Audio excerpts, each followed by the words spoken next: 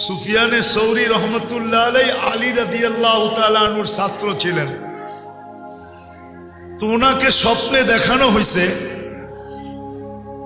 যে আমার একজন ওলি মারা গেছে, তোমাকে জানাজা পড়াইতে হবে।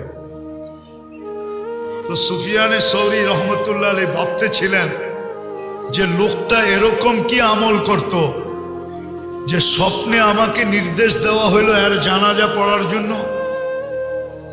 তো এলাকায় যে জিজ্ঞাসা করছে, ভাই লোকটা কি কাজ করত, তার ইবাদত বন্দেগী কিরকম ছিল? তো সবাই এক বাক্যে বলতেছিল সাধারণ লোক ছিল, তেমন কোনো উল্লেখযোগ্য না ব্যক্তিত্ব ছিল না আমল সামল ছিল। তো সুফিয়ানে সৌরি রহমতুল্লাহ আলাইহি ভাবতেছিলেন যে এলাকার মানুষ থেকে তথ্য পাওয়া যাবে না, আচ্ছা বাড়িতে জিজ্ঞাসা করি। তো বাড়ি যে জিজ্ঞাসা করছে লোকটা কি আমল করত, তো বলছে না সাধারণ ছিল।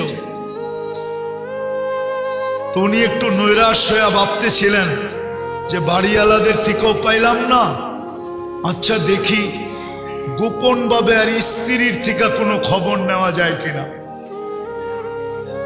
অনেক কিছু থাকে যেটা জামাই বউই জানে আর কেউ জানে না, ঠিক না? তো স্ত্রীকে যখন জিজ্ঞাসা করছে, বলছে লোকটা তো ছিল সাধারণ কিন্তু তার একটা আমল ছিল।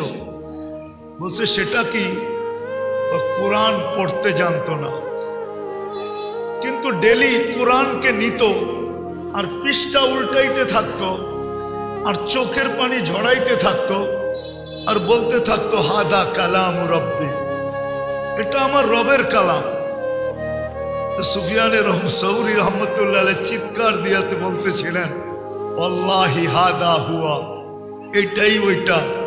এটার কারণেই তার এই এত বড় মর্যাদা যে আমাকে স্বপ্নে দেখানো হয়েছে যে আর জানাজা পড়াই।